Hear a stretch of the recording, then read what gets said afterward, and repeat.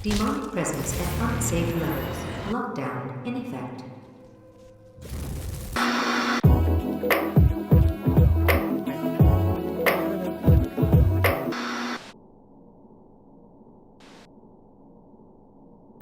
Doom Eternal hits differently. I ain't talking blood punch. Wait, sorta. The combat's been souped up like a meat hook on a super shotgun, but the presentation of the story is a reversal of what I and many others loved about Doom 2016. I'm immortally challenged, let me tell you about Doom Eternal.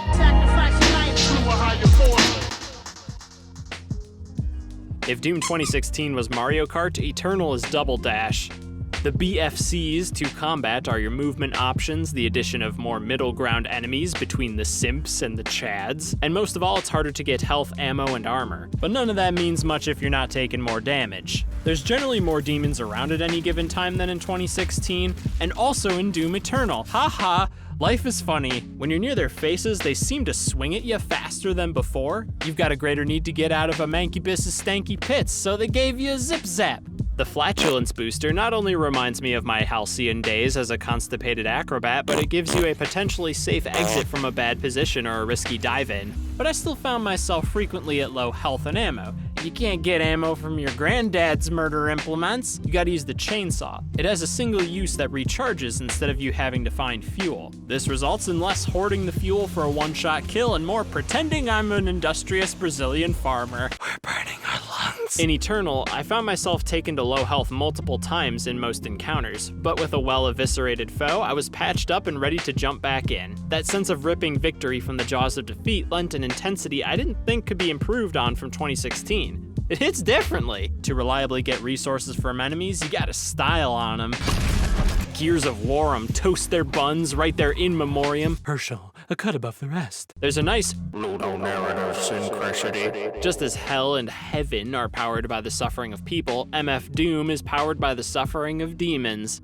What exemplifies the differences in the core combat best are the boss fights. They're good now. No. In Doom, boss fights are fun but don't feel entirely realized. A normal D 2016 encounter has you popping in and out of danger gyms to chief some chocolate. The boss fights all place you in a flat zone where you gotta dodge cooldowns. It's League of Legends.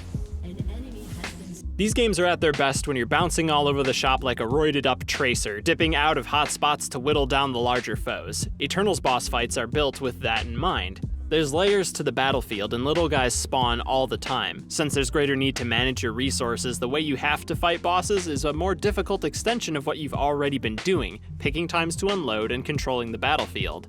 Maximus Hellemus is the most similar to 2016's bosses. The arena is flat, you play Mario Party, and he blasts your health like a GOP congressman. You're made to choose between engaging him or his constituents to keep yourself healthy. To heal in 2016, you just had to hit the boss more. If there was a problem to be had with that game, it was that 2/3 of the way through it was played out. You've seen as many hellish red Mars labs and hellish red mosh pits as you can stomach. Halfway through I had the ability to score health and ammo from kills like the demons were stuffed with Kinder Surprise egg-filled piñatas. My strategy became monotonous.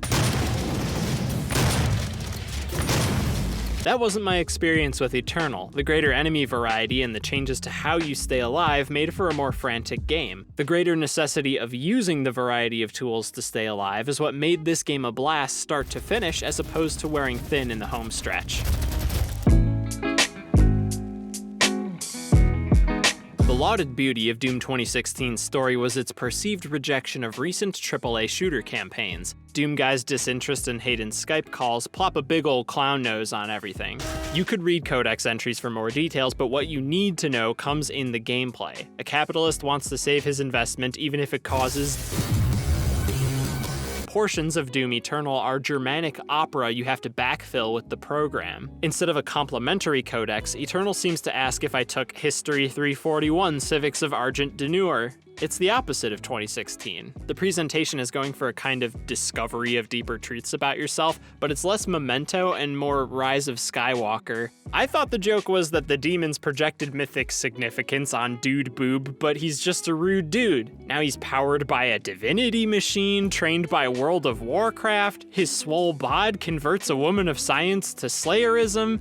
Is this what film critics felt like when they saw Kevin Smith's career after Clerks? Were we the ones projecting on doom all along?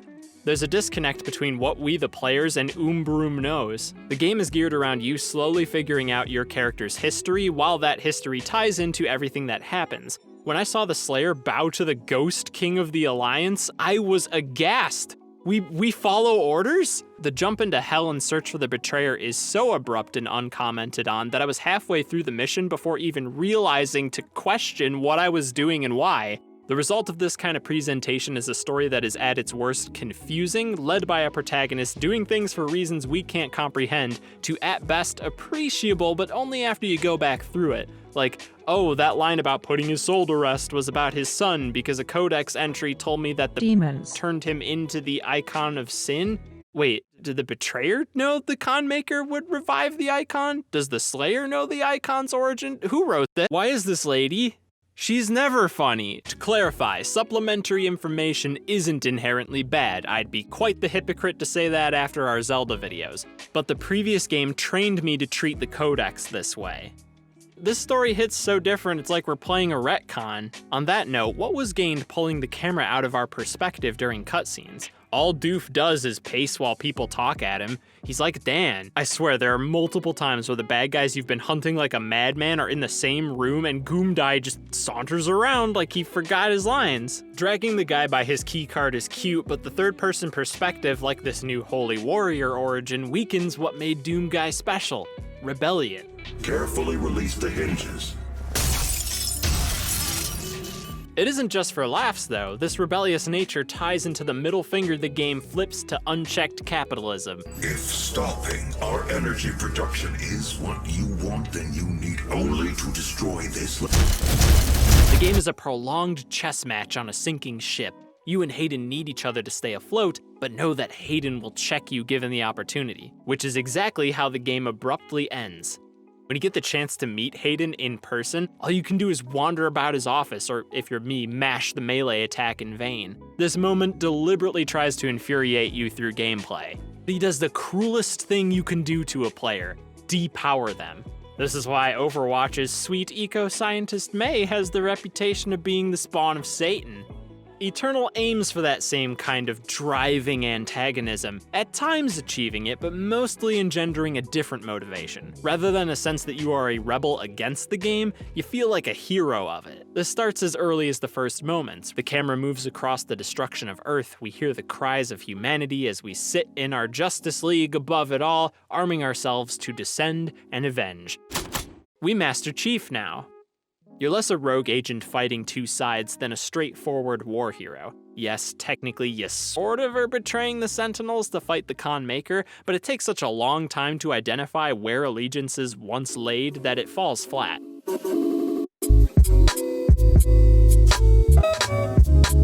Continuing 2016's lampoon of capitalism, the big reveal is that Argent Energy is literally human suffering. The Makers, these godly creatures reminiscent of angels, cultivated the human system so they could all die to sustain the Maker's world. These skull switches hit differently. Even without the codex embellishments, it's easy to appreciate this escalation. Instead of using an energy crisis as justification for human suffering, this time it's God knows best. What sucks is that the battle against Hayden is either being saved for yet another sequel or got reversed here. It'd be one thing if we beat Hayden into submission and he works with us after we depower him, but some fucking imp clapped those cans? Worse yet, at times it can seem like the game has absolved him. The deceiver, Samuel Hayden, has fallen. Oh yeah, Hayden's bad, but have you seen this lady? Remember this part? I am not the villain in this story. He was lying! Some may say Hayden in this state shows how the system we have will inevitably fail to protect us against the results of the system's exploitation, but I say this is a game about punching shit you hate. This doesn't hit at all. He was complicit in the use of mass human suffering for profit and then set himself up as commander-in-chief of humanity. That sure sounds like a demon to me. How's your spring been? Springy! Doom Eternal is not unique amongst video game sequels. It would be easy to write it off as a more please entry, just being a larger helping of basically everything that worked before. But I can say with confidence that I would rather play Doom Eternal. Jumping between the two to make this video, playing 2016 after Eternal is like coming off of an 80-mile-per-hour interstate to normal roads. Everything feels slower. But there's more than gameplay in this closet, and I'm not talking about clothes.